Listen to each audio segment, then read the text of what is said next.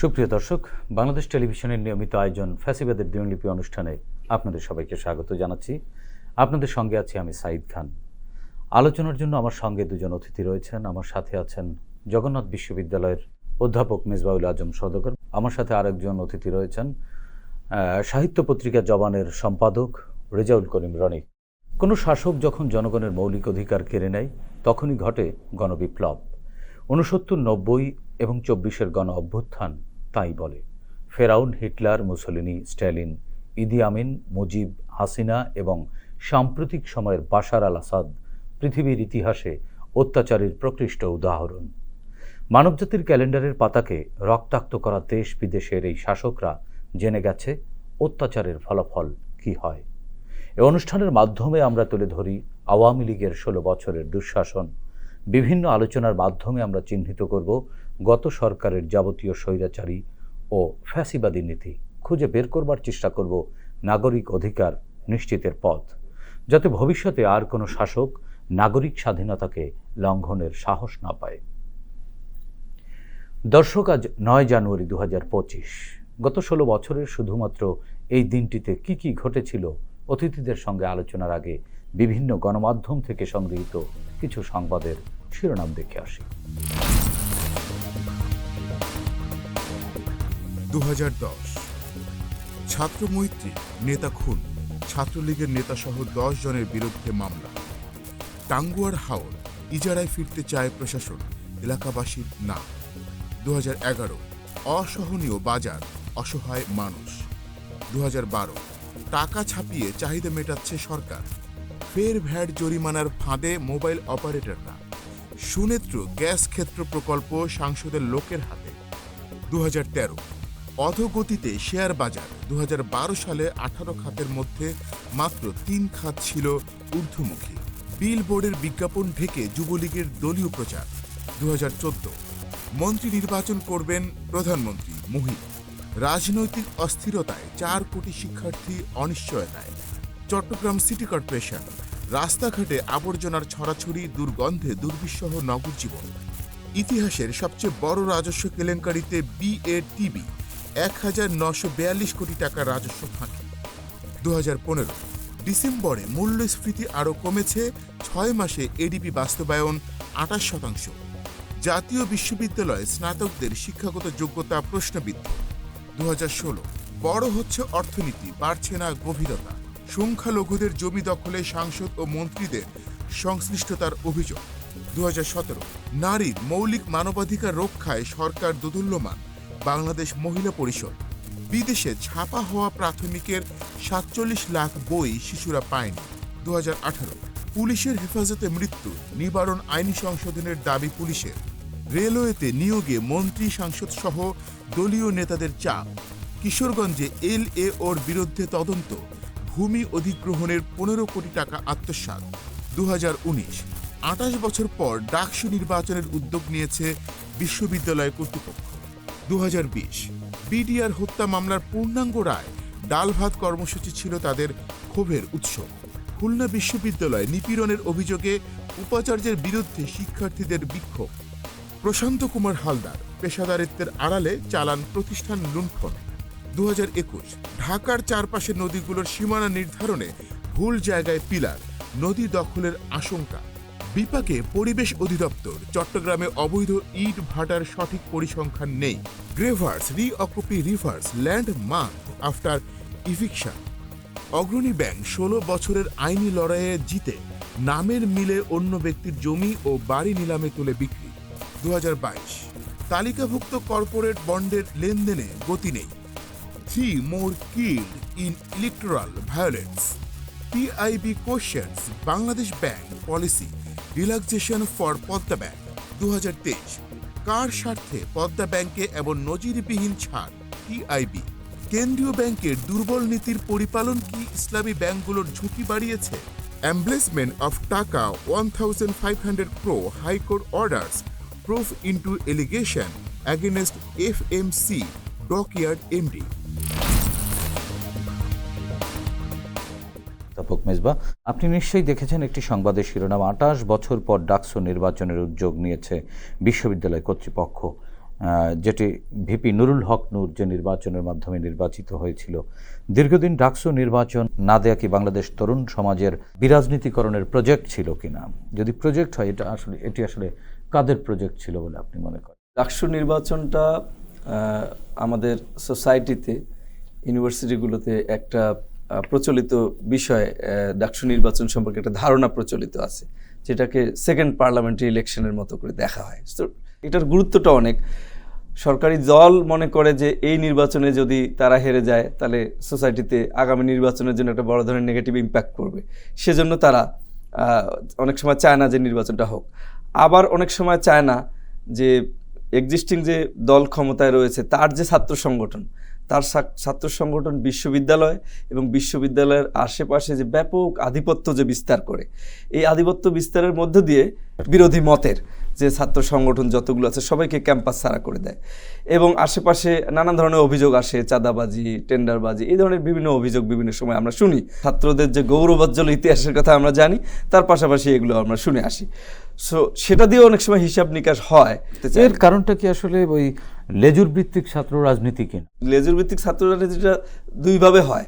বিশ্ববিদ্যালয়ের শিক্ষকদের মধ্যে যে রাজনীতি, সেটার সাথেও এটা রিলেটেড। আবার বিশ্ববিদ্যালয়কে যে প্রশাসনকে যে স্বায়ত্তশাসন দেওয়া হয়, তো একটা স্বায়ত্তশাসিত বিশ্ববিদ্যালয় তো তার নিজের মতো করে সিদ্ধান্ত নেবে ডাকসু নির্বাচন হবে কি হবে না, বা ছাত্র সংসদ নির্বাচন হবে কি হবে না।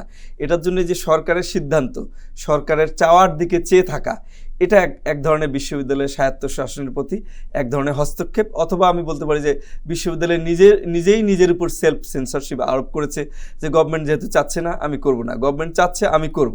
এর মানেটাই হচ্ছে বিশ্ববিদ্যালয়ের ভাইস চ্যান্সেলর থেকে শুরু করে যারা দলীয়ভাবে নিয়োগপ্রাপ্ত হয় তারা সরকারের কথা মতো চলবে, এই ট্রেন্ডসটা এখানে কাজ করে। যার ফলে মানে ছাত্র সংসদ নির্বাচন হবে কি হবে না, এই বিষয়গুলোর উপর সম্পূর্ণরূপে এখানে নির্ভর করে। এখন 90 সালে যে ডাকসু নির্বাচন হলো, সেটা এক ধরনের প্রেক্ষাপট ছিল। আর নুরুল হক নূর সম্ভবত সেটা 2019-এ যে ডাকসু নির্বাচনটা হলো, এখানে কিন্তু কোটা সংস্কার আন্দোলনের মধ্য দিয়ে ছাত্রদের যে আপরাইজিংটা হয়েছে, এই আপরাইজিংয়ে ছাত্রদের মধ্যে একটা নিজেদের অধিকার আদায়ের জন্য একটা ব্যাপক ধরনের সচেতনতা সৃষ্টি হয়েছে, একটা ব্যাপক ধরনের শক্তি অর্জন করেছে ছাত্ররা। এই শক্তির মধ্য থেকে তারা যখন কোটা সংস্কারের দাবিটাতে তারা প্রথমবার সাকসেসফুল যখন হলো, এই সাকসেসফুল হওয়ার মধ্য থেকে তাদের মধ্যে এই ধরনের একটা আত্মবিশ্বাসের জন্ম হলো যে তারা এখন তাদের কোটার পাশাপাশি যে অন্য বিষয়গুলোতে যে ফ্যাসিবাদী শাসনামলে তারা যে অধিকার বঞ্চিত হয়েছে, তো অন্য বিষয়গুলো দিয়ে যদি আমরা কথা বলতে পারি তাহলে আমাদের অধিকার আদায় করা সম্ভব। সেই প্রেক্ষাপট থেকে তারা মানে ছাত্রদের মধ্যেও এক ধরনের অন্যায়ের বিরুদ্ধে প্রতিবাদ করা, একটা ট্রেন্ডস তৈরি হলো, কথা বলবার যে এক ধরনের স্বাধীনতা এবং সাহস তৈরি হলো, রাইট। এইটার প্রেক্ষাপটে কিন্তু তখন ডাকসু নির্বাচন চাওয়ার যে দাবিটা, এটা জনপ্রিয় হলো এবং একটা পর্যায়ে কিন্তু ডাকসু নির্বাচন গভর্নমেন্ট দিতে বাধ্য হলো। যে নির্বাচন হলো, সেই নির্বাচন থেকে কিন্তু এখানে নির্বাচনের কারচুপির অভিযোগ সরকারের জন্য খুব ভালো কোনো মেসেজ আসে নাই।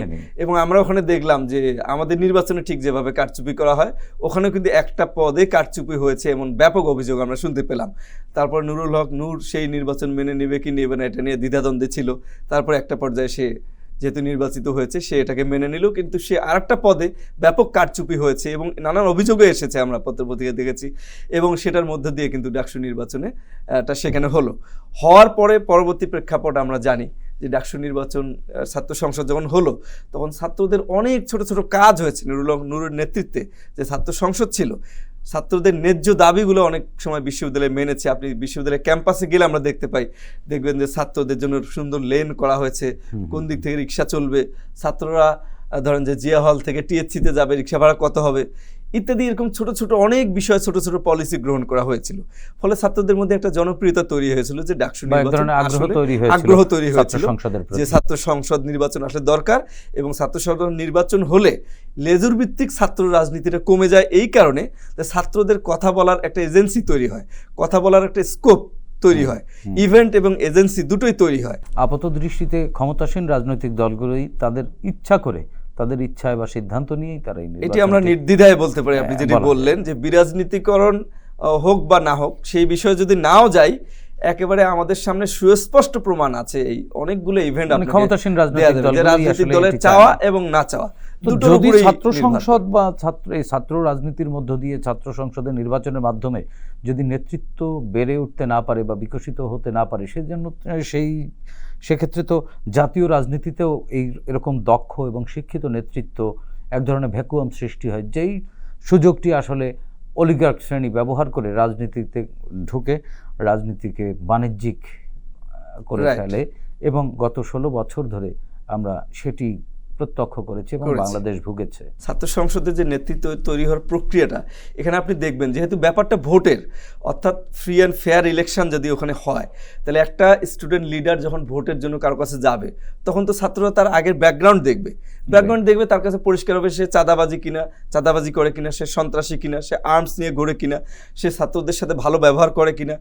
এবং এই মেকানিজমের মধ্য দিয়ে কিন্তু চাইলেও ক্যাম্পাসে যে সন্ত্রাসী কর্মকাণ্ড বা উচ্ছৃঙ্খলতা, এগুলো থেকেও নেতারা কিন্তু কিছুটা বিরত থাকে, কারণ তাকে তো ভোটে জিতে আসতে হবে। কেউ যদি নেতৃত্ব নেওয়ার শখ থাকে, তাহলে তাকে তো এগুলো থেকে বিরত থাকতে হবে। সুতরাং ছাত্র সংসদ নির্বাচনী প্রক্রিয়ার মাধ্যমে এমন একটা মেকানিজম জবাবদিহিতার তৈরি হচ্ছে যে আপনি ওই ধরনের অনৈতিক কাজগুলো থেকে, চাঁদাবাজি, টেন্ডারবাজি থেকে শুরু করে আর্মস নিয়ে করা, চাইলেও আপনি করতে পারতেছেন না। এর মধ্যে দিয়ে একটা স্বচ্ছ নেতৃত্ব তৈরি হওয়ার একটা সুযোগ তৈরি হয়। অনেকেই সমালোচনা করেন যে নেতৃত্ব তৈরি হওয়ার জন্য যে ডাকসু নির্বাচনী লাগবে, পৃথিবীর অনেক দেশে নাই, এই কথাটা অনেক সমালোচনা করেন। কিন্তু পরীক্ষা না দিয়ে আবার রেজাল্ট প্রত্যাশা করেন। রাইট, আমাদের দেশের যে পলিটিক্যাল কালচার, এটি তো আপনাকে মেনে নিতে হবে যে এটাই আমাদের পলিটিক্যাল কালচার, যে বিশ্ববিদ্যালয়ের ছাত্রগুলো রাজনীতি করে এবং অতীত ইতিহাস, এটার সাথে অনেক ভালো ইতিহাস রয়েছে। ছাত্র রাজনীতির এক ধরনের সোনালী ইতিহাস তো আছে, সোনালী ইতিহাস আছে 52 থেকে 71 এবং 90, সর্বশেষ 24 এও তো দেখলাম ছাত্ররাই করলো সব। আপনি দেখবেন ছাত্রদের এই নেগেটিভ ভাবে যেমন আমরা দেখি, আবার পজিটিভলি দেখি যে যখন বড় বড় ক্রাইসিস তৈরি হয়, ছাত্ররাই কিন্তু এসে আমাদেরকে উদ্ধার করছে।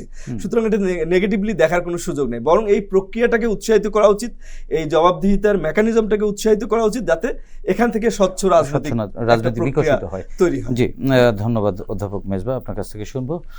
রনি, আপনার নজরে আনতে চাই একটি সংবাদের শিরোনাম। আমরা একটি সংবাদের শিরোনামে দেখলাম ছাত্র মৈত্রীর নেতা খুন, ছাত্রলীগের নেতা সহ 10 জনের বিরুদ্ধে মামলা। মৈত্রী, ফ্রন্ট, ইউনিয়ন প্রভৃতি বাম ধারার যে ছাত্র সংগঠনগুলো রয়েছে, তারাও আসলে মুক্তিযুদ্ধের চেতনার পক্ষে ছিল। আওয়ামী লীগের চেয়ে তারা এসবে আরও বেশি সচেতন আমরা দেখেছি তাদের কর্মকাণ্ড বা তাদের বক্তৃতা বিবৃতিতে। লাভ তো আওয়ামী লীগেরই হচ্ছিল, তবু গত 16 বছরে কেন তারা বিভিন্ন সময় এই বাম ধারার যে ছাত্র সংগঠনগুলো তাদের উপরে নানানভাবে নিপীড়ন নির্যাতন করতো আসলে। এবং আমরা দেখেছি ছাত্র ইউনিয়নের অনেক নেতাকে প্রকাশ্যে তারা পিটিয়েছে। ঢাকা বিশ্ববিদ্যালয় সহ বিভিন্ন বিশ্ববিদ্যালয় ছাত্র ইউনিয়ন সহ বাম ধারার অনেক ছাত্র সংগঠন নির্মম নির্যাতনের শিকার হয়েছে। এবং আমরা এই সংবাদে দেখলাম যে ছাত্র মৈত্রীর একজন নেতা খুন হয়ে গেল এবং দায়ভার কিন্তু দায়ভার ছাত্রলীগের ঘাড়ে পড়লো। এটি আসলে কেন?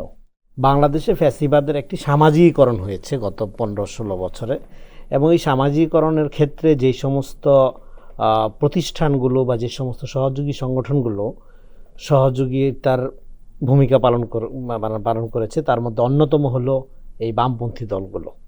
এদেরকে আমি বলি নন পলিটিক্যাল বামপন্থা। এই বামপন্থীগুলো কিন্তু পলিটিক্যাল না, মানে তারা রাষ্ট্রীয় ক্ষমতার জন্য রাজনীতি করে না, বরং তারা সামাজিক স্টেক ধরে রাখার এক ধরনের রাজনীতি করে। এই জন্য আপনি বেসিক্যালি তাদেরকে এক ধরনের কালচারাল ফোর্স আকারে পাঠ করতে পারেন, দেখতে পারেন।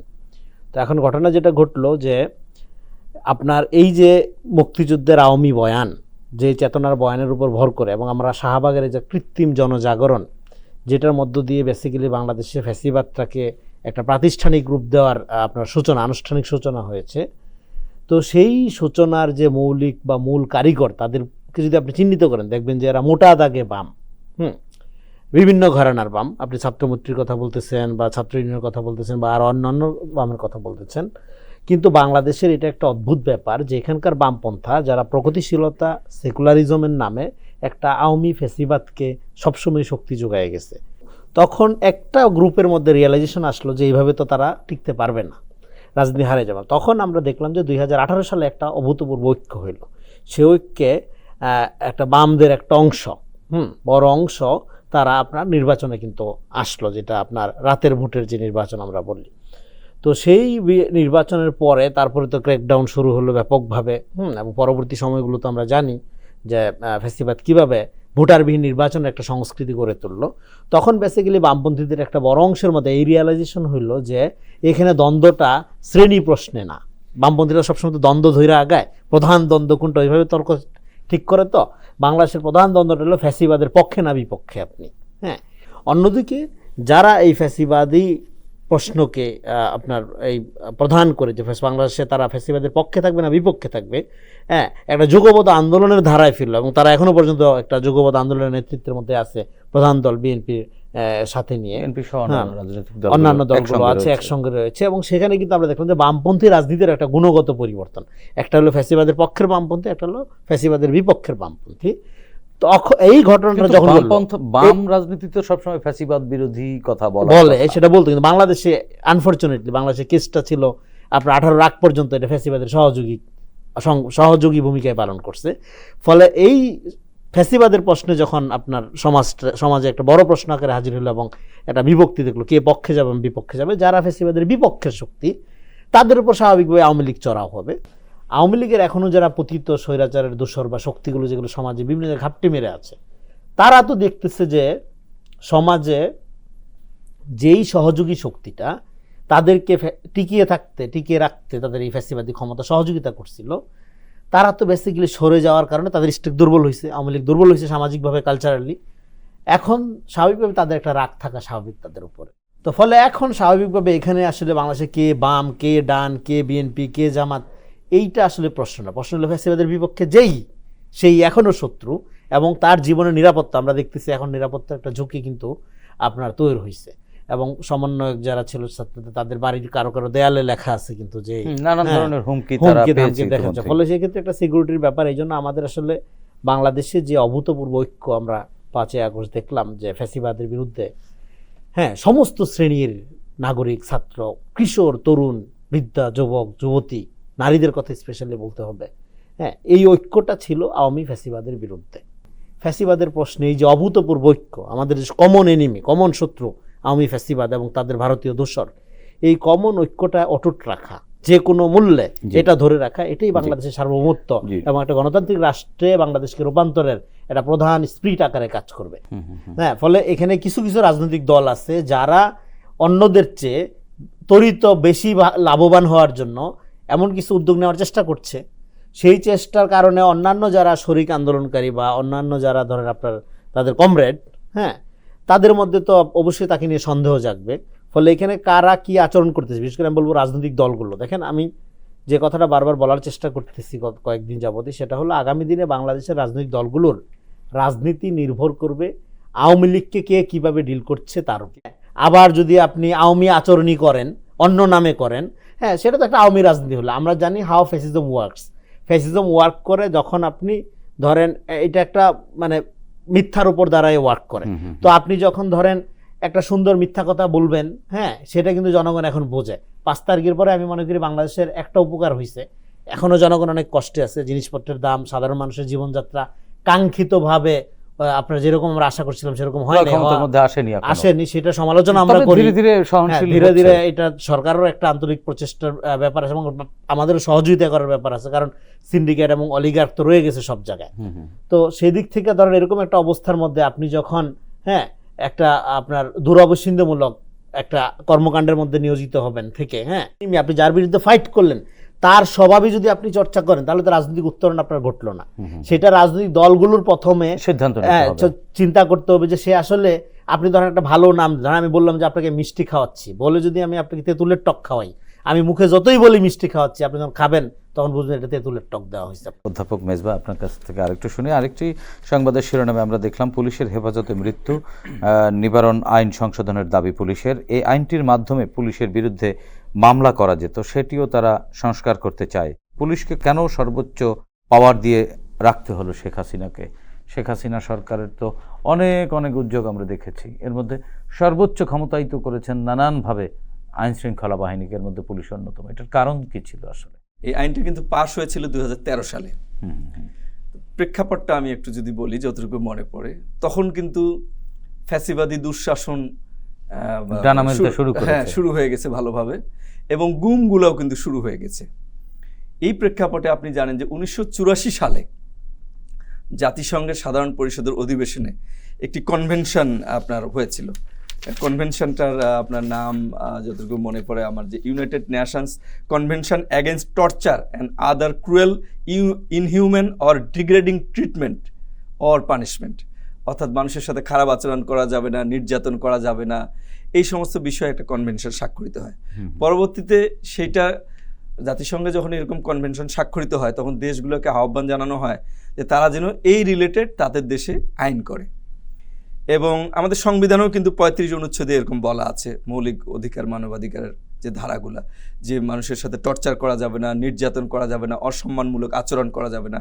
সেই প্রেক্ষাপটে যখন গুম শুরু হয়ে গেছিল তখন এই গুমের বিষয়টাকে কিছুটা মানুষের সামনে শো অফ করার জন্য এই গভর্নমেন্টও কিন্তু তাড়াহুড়া করে এরকম একটা আইন করে ইন্টারন্যাশনাল কমিউনিটিকে দেখাতে চায় যে আমরা এই ইউনাইটেড নেশনসের এই কনভেনশনকে অ্যাড্রেস করে আমরা এরকম একটা আইন করলাম। কিন্তু এটা যে আমি বললাম শুধু বলার জন্য বলা না, আইনটা করার পরে কিন্তু দেখা যাচ্ছে যে আইনটার কোনো বাস্তবায়ন নেই। আইনটা এমনভাবে করা হয়েছে যে পুলিশ যেন কাউকে ধরার পরে এমন আচরণ করে, 54 ধারা এবং 167 ধারায় যেভাবে ধরা হয়, জবানবন্দি নেওয়া হয়, যে এমন আচরণ করে যেন ভিকটিম যেন কখনো নির্যাতনের শিকার না হয়, খারাপ ব্যবহারের শিকার না হয়, অসম্মানজনক আচরণের শিকার না হয়। এটার জন্য কিন্তু আইনটা করা হলো।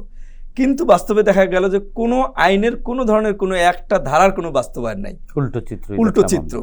এবং তখন রুবেল নামে এক ছেলে সেই সময় কিন্তু মারা গিয়েছিল, বাড়ি থেকে ধরে নিয়ে আসা হয়েছিল, পরের দিনে ডিবি হেফাজতে সে মৃত্যু।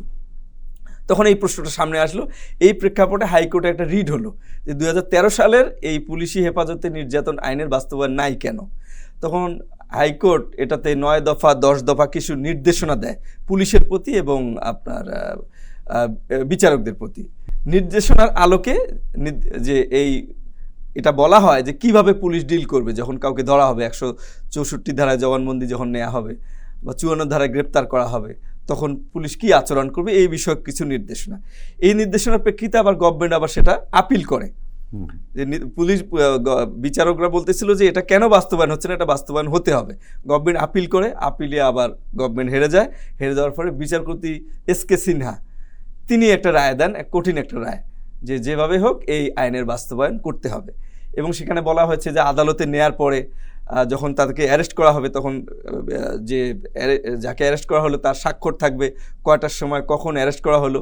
তারপর আদালতে গিয়ে যখন সে জবানবন্দি দিবে তখন যদি প্রতীয়মান হয় যে তার উপর কোনো নির্যাতন চালা হয়েছে বা এটা যদি হ্যাঁ এবং মানসিকভাবেও যদি কোনো নির্যাতন চালানো হয়েছে, এগুলা তো আপনি দেখেছেন ফ্যাসিবাদী শাসন আমলে যে কিভাবে রাজনৈতিক কর্মীদের ধরে নিয়ে, ভালো মানুষটাকে ধরে নিয়ে গেল, তারপরে দেখা যাচ্ছে যে হাঁটতে পারে না, 2 পুলিশ এভাবে ধরে নিয়ে যাচ্ছে। তার পরবর্তীতে পুলিশের একটা সভা হয়, সম্ভবত পুলিশ কল্যাণ জাতীয় এরকম কিছু একটা সভা হয়, এরকম কোনো একটা বড় সভা হয় যেখানে পুলিশরা তাদের দাবি দেওয়াগুলো উত্থাপন করে। এই সভাটার কথা আমার খুব ভালো মনে আছে। এইখানে পুলিশ এই দাবিটা জানায়। সভাটা সম্ভবত হয়েছিল আপনার কত সালে, এটা 17 সালে অথবা 16 সালে সভাটা হয়েছিল। সেখানে প্রধানমন্ত্রী শেখ হাসিনা, তখন ফ্যাসিস্ট প্রধানমন্ত্রী, সেখানে উপস্থিত ছিলেন। তো সেখানে আমি কয়েকটা উক্তি আমি বলতে চাই। ওই সভাটা আমার মনে আছে এখন, আমি খুব ভালোভাবে অবজার্ভ করেছিলাম। সেখানে একজন পুলিশ সুপার বা সহকারী পুলিশ সুপার তিনি দাবি দিলেন যে তিনি এরকম একটা দাবি করলেন যে পুলিশ বাংলাদেশে গণতন্ত্র রক্ষা করছে এবং গণতন্ত্র রক্ষার জন্য পুলিশ কাজ করে যাবে। পুলিশ গণতন্ত্র রক্ষার জন্য কাজ করে যাবে, এই কথাটা আমার কাছে খুব নতুন মনে হয়েছিল। পুলিশ তো ল অ্যান্ড অর্ডার দেখে, রাজনীতি দেখে না।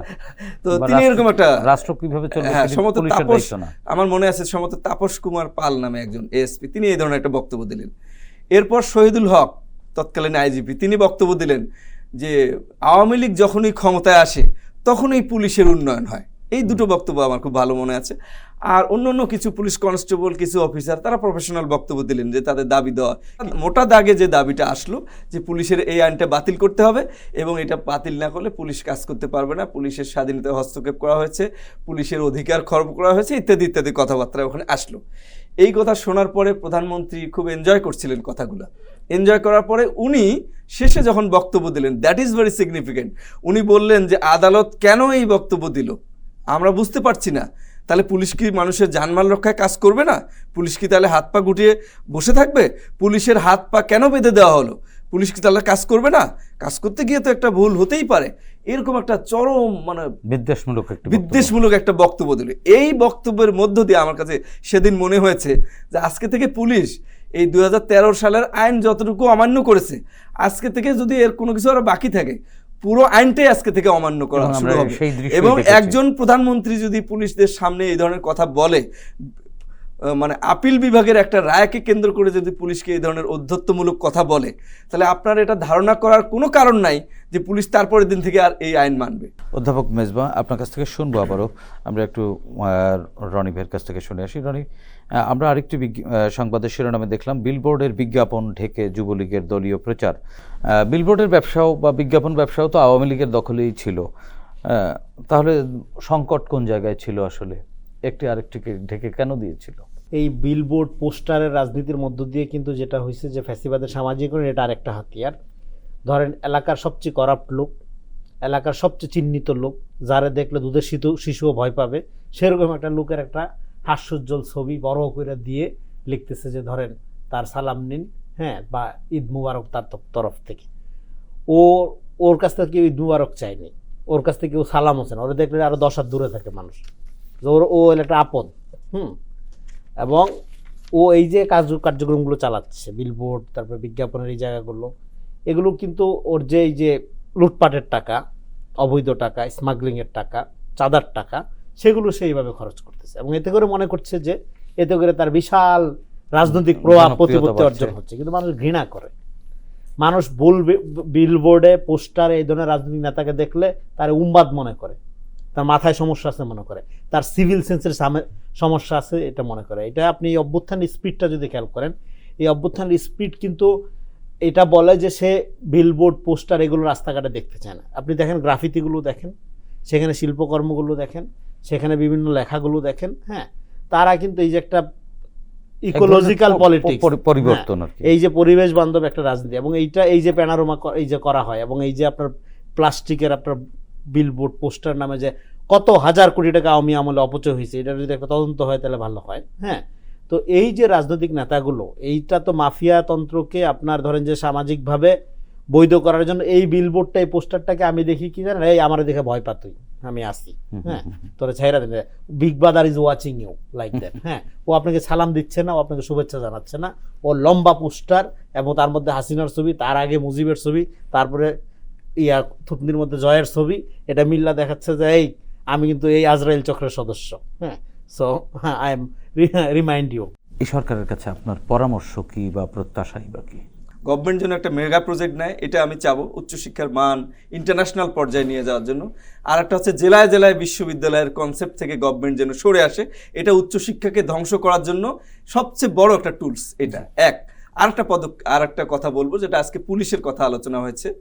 এই পুলিশ তো অনেকটা শিক্ষা পেয়েছে আর কি, এবং র্যাব থেকে সরিও বলেছে, এবং আমলাতন্ত্র যারা ভোট ডাকাতির সাথে জড়িত ছিল এরা কিন্তু এখনো সরি বলে নেই, এবং যারা ভোট ডাকাতির সাথে জড়িত ছিল তাদেরকে চিহ্নিত করে তাদেরকে পানিশমেন্টের আওতায় যেন গভর্নমেন্ট দ্রুত নিয়ে আসে, এবং এদেরকে যেন পুনর্বাসন না হয়, এবং এদেরকে প্রমোশন দেওয়ার জন্য যেভাবে গভর্নমেন্ট পরিকল্পনা নিয়েছে, তাদেরকে আমার মনে হচ্ছে যে এই আমলাদেরকে পুনর্বাসিত করার জন্য বোধহয় 5 আগস্টের বিপ্লবটা হয়েছিল আমলাদেরকে প্রমোশন দেওয়ার জন্য।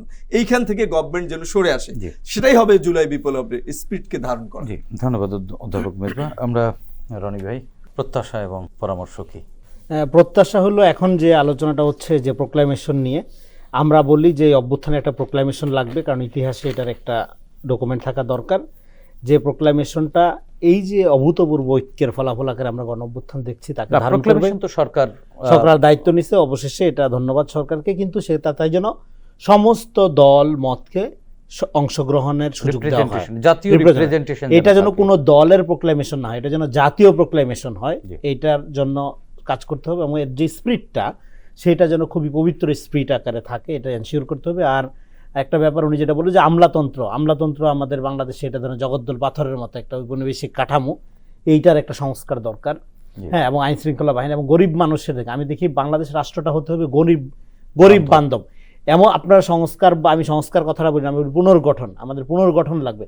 পুনর্গঠনটা এমনভাবে করেন যাতে পাওয়ার ক্ষমতাটা গুটি কয়েক এলিট শ্রেণীর হাতে আপনার না থাকে, যে যার জায়গা থেকে নেতৃত্ব নেতা আমরা কিন্তু গড়ে উঠতে দেখছি, বিকল্পকে তুমি আমি সবাই, ঠিক সেই রকমই রাজনৈতিক আমার ভাগ্য, রাজনৈতিক ভাগ্যটা অন্য কেউ ঠিক করে দিবে না, আমি ঠিক করে দিব। হ্যাঁ, এই জনগণকে, মানুষের এই মৌলিক মর্যাদার জায়গায় যেন আমরা মানুষকে দেখতে পারি। বাংলাদেশের এই ধরনের রাজনীতিটা, হ্যাঁ, জি। গুটি কয়েক মানুষ নয়, নাগরিক ভিত্তিক একটা রাষ্ট্র আমরা চাই। জি, ধন্যবাদ রেজাউল করিম রনি, ধন্যবাদ অধ্যাপক মেজবাউল আজম সওদাগর, আপনাদের দুজনকেই। প্রিয় দর্শক, আগামীর বাংলাদেশে আমরা আর কোনো অনাচার, অত্যাচার, অবিচার, মিথ্যাচার, স্বেচ্ছাচার দেখতে চাই না। এই বৈপ্লবিক পথচলায় জাতীয় ঐক্যই হবে বিজয়ের চাবিকাঠি। আমরা আর একদলীয় গণতন্ত্র চাই না। এবার হোক বহুদলের গণতন্ত্র, ফিরে আসুক অংশীজনের স্বীকৃতি।